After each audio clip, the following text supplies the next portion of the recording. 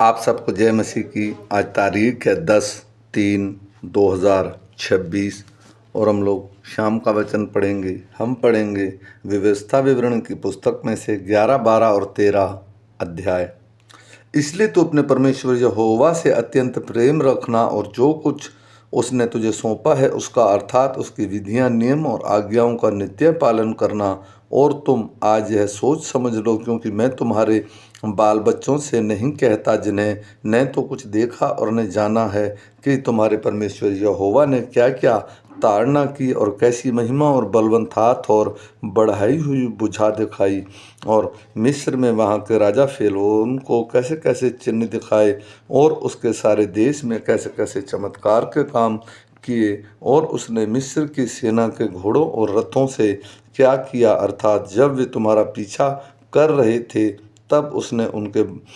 लाल समुद्र में डुबोकर किस प्रकार नष्ट कर डाला कि आज तक उनका पता नहीं। और तुम्हारे इस स्थान में पहुँचने तक उसने जंगल में तुमसे क्या क्या किया, और उसने रुबेनी एलियाब के पुत्र दातान और अबीराम से क्या क्या किया, अर्थात पृथ्वी ने अपना मुंह पसार के उनके घरानों और डेरों और सब अनुचरों समेत सब इजरायलियों को देखते देखते कैसे निगल लिया। परंतु यहोवा ने इन सब बड़े बड़े कामों को तुमने अपनी आँखों से देखा है। इस कारण जितनी आज्ञाएं मैं आज तुम्हें सुनाता हूँ उन सबों को माना करना, इसलिए कि तुम सामर्थी होकर उस देश में जिसके अधिकारी होने के लिए तुम पार जा रहे हो प्रवेश करके उसके अधिकारी हो जाओ, और उस देश में बहुत दिन रहने पाओ, जैसे तुम्हें और तुम्हारे वंश के देने की शपथ यहोवा ने तुम्हारे पूर्वजों से खाई थी, और उसमें दूध और मधु की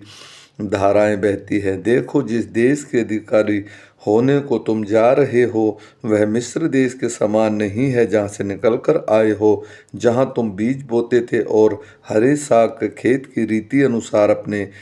पाँव के नालियाँ बनाकर सींचते थे। परंतु जिस देश के अधिकारी होने को तुम पार जाने पर हो वह पहाड़ों और तराइयों का देश है, और आकाश की वर्षा के जल से सिंचता है। वह ऐसा देश है जिसकी तेरे परमेश्वर यहोवा की सुधि रहती है, और वर्षा के बाद आदि से लेकर अंत तक तेरे परमेश्वर यहोवा की दृष्टि उस पर निरंतर लगी रहती है। और यदि तुम मेरी आज्ञाओं को जो आज मैं तुम्हें सुनाता हूँ ध्यान से सुनकर अपने संपूर्ण मन और सारे प्राण के साथ अपने परमेश्वर यहोवा से प्रेम रखो और उसकी सेवा करते रहो, तो मैं तुम्हारे देश में बरसात के आदि और अंत दोनों समयों पर वर्षा के अपने अपने समय पर बरसाऊंगा, जिससे तू अपना अन्न, नया दाख, मधु और टटका तेल संचय कर सकेगा। और मैं तेरे पशुओं के लिए तेरे मैदान की घास उपजाऊंगा, और तू पेट भर खाएगा और संतुष्ट रहेगा। इसलिए अपने विषय में सावधान रहो, ऐसा ना हो कि तुम्हारे मन धोखा खाएं और तुम बहक कर दूसरे देवताओं की पूजा करने लगो और उनको दंडवत करने लगो, और यहोवा का कोप तुम पर भड़क उठे और वह आकाश की वर्षा बंद कर दे और भूमि अपनी उपज न दे, और तुम उस उत्तम देश में से जो यहोवा तुम्हें देता है शीघ्र नष्ट हो जाओ। इसलिए तुम मेरे ये वचन अपने अपने मन में प्राण से धारण किए रखना, कि चिन्ह के रूप में अपने हाथों पर बांधना और तुम्हारी आँखों के मध्य में टीके का काम दे, और तुम घर में बैठे मार्ग पर चलते लेटते उनकी चर्चा करके अपने बच्चों को सिखाया करना, और इन्हें अपने अपने घर के चौखट के बाजुओं पर अपने फाटकों के ऊपर लिखना, इसलिए कि जिस देश के विषय में यहोवा ने तेरे पूर्वजों से शपथ खाकर कहा था कि मैं उसे तुम्हें दूंगा, उसमें तुम और तुम्हारे बच्चे दीर्घायु हों, और जब तक पृथ्वी के ऊपर का आकाश बना रहे तब तक वे भी मेरे बने रहें। इसलिए यदि तुम इन सब आज्ञाओं के मानने में जो मैं तुम्हें सुनाता हूँ पूरी चौकसी करके अपने परमेश्वर यहोवा से प्रेम रखो और उसके सब मार्गों पर चलो और उससे लिपटे रहो, तो यहोवा उन सब जातियों को तुम्हारे आगे से निकाल डालेगा और तुम अपने से बड़ी और सामर्थी जातियों के अधिकारी हो जाओगे। जिस जिस स्थान पर तुम्हारे पाँव के तलबे पड़े वे सब तुम्हारे ही हो जाएंगे, अर्थात जंगल से लबानोन तक और परात नामक महानद से लेकर पश्चिम के समुद्र तक तुम्हारी सीमा होगी। तुम्हारे सामने कोई भी खड़ा न रह सकेगा, क्योंकि जितनी भूमि पर तुम्हारे पांव पड़े उस सब पर रहने वालों के मन में तुम्हारा परमेश्वर यहोवा अपने वचन के अनुसार तुम्हारे कारण उनमें डर और थरथराहट उत्पन्न कर देगा। सुनो, मैं आज के दिन तुम्हारे आगे आशीष और श्राप दोनों रख देता हूँ, अर्थात यदि तुम अपने परमेश्वर यहोवा की इन आज्ञाओं को जो मैं तुम्हें आज सुनाता हूँ मानो तो तुम पर आशीष होगी, और यदि अपने परमेश्वर यहोवा की आज्ञाओं को नहीं मानोगे तो जिस मार्ग की आज्ञा मैं आज सुनाता हूँ उसे तजकर दूसरे देवताओं के पीछे हो लोगे, जिसमें तुम नहीं जानते हो कि तुम पर शाप पड़ेगा। और जब तेरा परमेश्वर यहोवा तुझको उस देश में पहुँचाए जिसके अधिकारी होने को तू जाने पर है, तब आशीष गर्जिम पर्वत पर से और शाप एलाब पर्वत से सुनना। क्या ये यरदान के पार सूर्य के अस्त होने की ओर अराबा के निवासी कनानियों के देश से गिलगाल के सामने मोरे के बांज वृक्ष के पास नहीं है? तुम तो यरदान पार इसीलिए जाने पर हो कि जो देश तुम्हारा परमेश्वर यहोवा तुम्हें देता है उसके अधिकारी हो जाओ, और तुम उसके अधिकारी होकर उसमें निवास करोगे। इसलिए जितनी विधियां और नियम आज तुम्हें सुनाता हूँ उन सबों के मानने की चौकसी करना। जो देश तुम्हारे पूर्वजों के परमेश्वर यहोवा ने तुम्हें अधिकार में लेने को दिया है उसमें जब तक तुम भूमि पर जीवित रहो तब तक इन विधियों और नियमों के मानने में चौकसी करना। जिन जातियों के तुम अधिकारी होंगे उनके लोग ऊंचे ऊंचे पहाड़ों या टीलों पर या किसी भांति के हरे वृक्ष के तले जितने स्थानों में अपने देवताओं की उपासना करते हैं उन सबों को तुम पूरी रीति से नष्ट कर डालना। उनकी वेदियों को ढा देना, उनकी लाठों को तोड़ डालना और आशूर नामक मूर्तियों को आग में जला देना और उनके देवताओं की खुदी हुई मूर्तों को काट कर गिरा देना कि उस देश में उनके नाम तक मिट जाए। फिर जैसा वे करते हैं तुम अपने परमेश्वर यहोवा के लिए वैसा न करना, किंतु जो स्थान तुम्हारा परमेश्वर यहोवा तुम्हारे सब गोत्रों में से चुन लेगा कि वहाँ अपना नाम बनाए रखें उसके उस निवास स्थान के पास जाया करना, और वहीं तुम उनको होम बलि और मेल बलि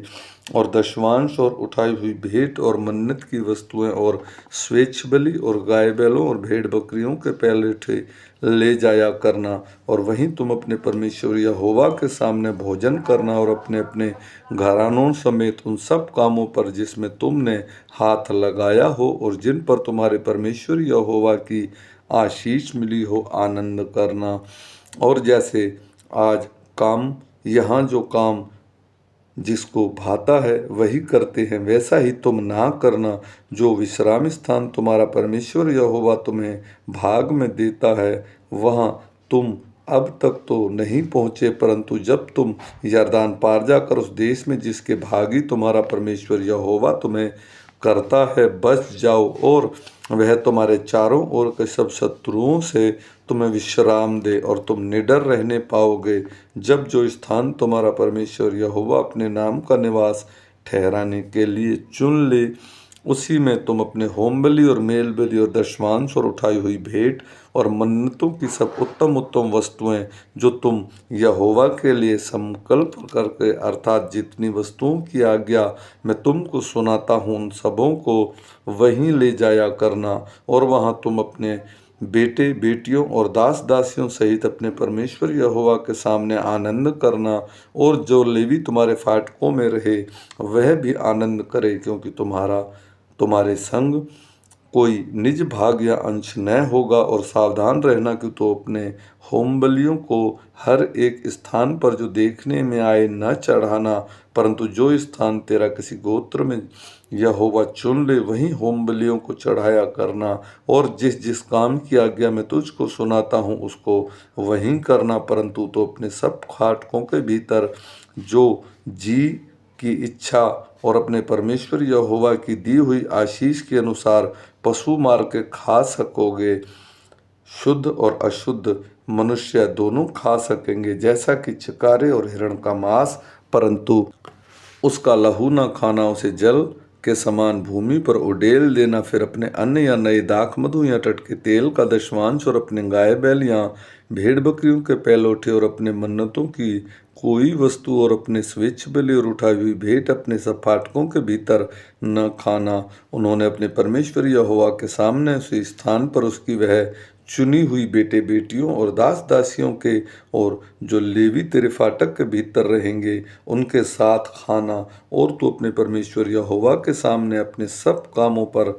जिसमें हाथ लगाया हो आनंद करना और सावधान रहे कि जब तू भूमि पर जीवित रहे तब तक लेवियों को न छोड़ना। जब तेरा परमेश्वर यहोवा अपने वचन के अनुसार तेरे देश बढ़ाए और तेरा जी मांस खाना चाहे तो तू सोचने लगे कि मैं मांस खाऊंगा, तब जो मांस तेरा जी चाहे वही खा सकेगा। जो स्थान तेरे परमेश्वर यहोवा अपना नाम बनाए रखने के लिए चुन ले वह यदि तुझसे बहुत दूर हो तो जो गाय बैल और भेड़ बकरी यहोवा ने तुझे दी हो उनमें से जो कुछ तेरा जी चाहे उसमें से आज्ञा के अनुसार मारकर अपने फाटकों के भीतर खा सकेगा। जैसे चिकारे और हिरण का मांस खाया जाता है वैसे ही उनको भी खा सकेगा। शुद्ध और अशुद्ध दोनों प्रकार के मनुष्य उसका मांस खा सकेंगे, परंतु उसका लहू किसी भांति से न खाना, क्योंकि लहू जो है वह प्राण ही है। और तो मांस के साथ प्राण कभी भी न खाना, उसको ना खाना, उसे जल के समान भूमि पर उडेल देना। तू उसे न खाना इसलिए कि वह काम करने में जो यहोवा की दृष्टि में ठीक है, तेरा और तेरे बाद तेरे वंश का भी भला हो। परंतु जब तू कोई वस्तु पवित्र करे या मन्नत माने तो ऐसी वस्तु लेकर उस स्थान को जाना जिसको यहोवा चुन लेगा, और वहां अपने होम बलियों के मांस और लहू दोनों को अपने परमेश्वर यहोवा की वेदी पर चढ़ाना और मेल बलियों का लहू उसकी वेदी पर उडेल कर उसका मांस खाना। इन बातों को जितनी आज्ञा मैं तुझे सुनाता हूँ चित्त लगाकर सुन, कि जब तू वह काम करते जो तेरे परमेश्वर यहोवा की दृष्टि में भला और ठीक है, और तेरा और तेरे बाद तेरे वंश का भी सदा भला होता रहे।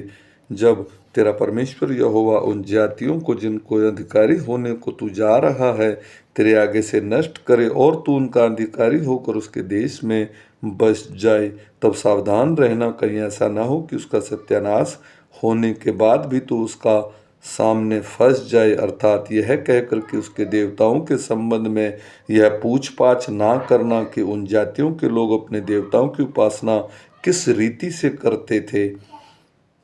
मैं भी वैसे ही करूँगा। तो अपने परमेश्वर यहोवा से ऐसा व्यवहार न करना, क्योंकि जितने प्रकार के कामों से यहोवा घृणा करता है और बैर भाव रखता है उन सबों को उन्हें अपने देवताओं के लिए किया है। यहाँ तक कि अपने बेटे बेटियों को भी वे अपने देवताओं के लिए अग्नि में डालकर जला देते थे। जितनी बातों की मैं तुमको आज्ञा देता हूँ उनमें चौकस होकर माना करना, और न तो तू कुछ उसमें बढ़ाना और न कुछ उसमें घटाना। यदि तेरे बीच कोई भविष्यवक्ता या स्वप्न देखने वाला प्रकट होकर तुझे कोई चिन्ह या चमत्कार दिखाए और जिस चिन्ह या चमत्कार को प्रणाम ठहराकर वह तुझसे कहे, आओ हम पराये देवताओं के अनुयायी होकर जिसमें तुम अब तक अनजान रहे उनकी पूजा करें, तब तुम उस भविष्यवक्ता या स्वप्न देखने वाले के वचन पर कभी कान न धरना, क्योंकि तुम्हारा परमेश्वर यहोवा तुम्हारी परीक्षा लेगा, जिससे यह जान लो कि ये मुझसे अपने सारे मन और सारे प्राण के साथ प्रेम रखते हैं या नहीं। तुम अपने परमेश्वर यहोवा के पीछे चलना और उसका भय मानना और उसकी आज्ञाओं पर चलना और उसका वचन मानना और उसकी सेवा करना और उसी से लिपटे रहना। और ऐसा भविष्यवक्ता या सपन देखने वाला जो तुमको तुम्हारे उस परमेश्वर यहोवा से फेर के जिसने तुमको मिस्र से निकाला और दास्तव के घर से छुड़ाया है, तेरा उसी परमेश्वर यहोवा के मार्ग से बहकाने की बात कहने वाला ठहरेगा। इस कारण वह मार डाला जाए। इसी रीति से तू अपने बीच में से ऐसी बुराई को दूर कर देना। यदि तेरा सगा भाई या बेटा या बेटी या तेरी अर्धांगिनी या प्राण प्रिय या तेरा कोई मित्र निराले में तुझसे यह कहकर फुसलाने लगे कि आओ हम दूसरे देवताओं की उपासना या पूजा करके जिन्हें न तो तूने न तेरे पुरखा जानते थे, चाहे वे तुम्हारे निकट रहने वाले आसपास के लोगों के चाहे पृथ्वी के एक छोर से लेक के दूसरे छोर तक दूर दूर के रहने वालों के देवता हो, तो तू उसकी न मानना, न उसकी बात सुनना, और न उस पर तरस खाना, और न कोमलता दिखाना, और न उसको छिपाए रखना। उसको अवश्य घात करना। उसको घात करने से पहले तेरा हाथ उठे, पीछे सब लोगों के हाथ उठे, उस पर ऐसा पथराव करना कि वह मर जाए, क्योंकि उसने तुझको तेरे उस परमेश्वर यहोवा से, जो तुझको दास्तव के अर्थात मिस्र देश के निकाल लाया है, बहकाने का यत्न किया है। और सब इजरायली सुनकर भय खाएंगे और ऐसा बुरा काम फिर तेरे बीच में न करेंगे। यदि तेरे किसी नगर के विषय में जिसे तेरा परमेश्वर यहोवा तुझे रहने के लिए देता है, तो ऐसी बात तेरे सुनने में आए कि कितने अधर्मी पुरुषों ने तेरे ही बीच में रहकर अपने नगर के निवासियों को यह कहकर बहका दिया कि आओ हम अन्य देवताओं को जिससे अब तक अनजान रहे उपासना करें, तो पूछ पाछ करना और खोजना और भली भांति पता लगाना। और यदि यह बात सच हो और कुछ भी संदेह ना रहे, तो तेरे बीच ऐसा घिनौना काम किया जाता है, तो अवश्य उस नगर के निवासियों को तलवार से मार डालना, और पशु आदि उस सब समेत जो उसका हो उसको तलवार से सत्यानाश करना, और उसमें की सारी लूट चौकी के बीच इकट्ठी करके उस नगर को लूट समेत अपने परमेश्वर यहोवा के लिए मानो सर्वांग होम करके जलाना, और वह सदा के लिए डीही रहे और फिर बसाया न जाए, और कोई सत्यानाश की वस्तु तेरे हाथ न लगने पाए, जैसे यहोवा अपने भड़के हुए कोप से शांत होकर, जैसे उसने तेरे पूर्वजों से शपथ खाई थी, वैसे ही तुझ पर दया का व्यवहार करे और दया करके तुझको गिनती में बढ़ाए। यह तब होगा जब तू अपने परमेश्वर यहोवा की जितनी आज्ञाएं मैं आज तुझे सुनाता हूँ उन सबों को मानेगा, और जो तेरा परमेश्वर यहोवा की दृष्टि में ठीक है वही करेगा। आमीन।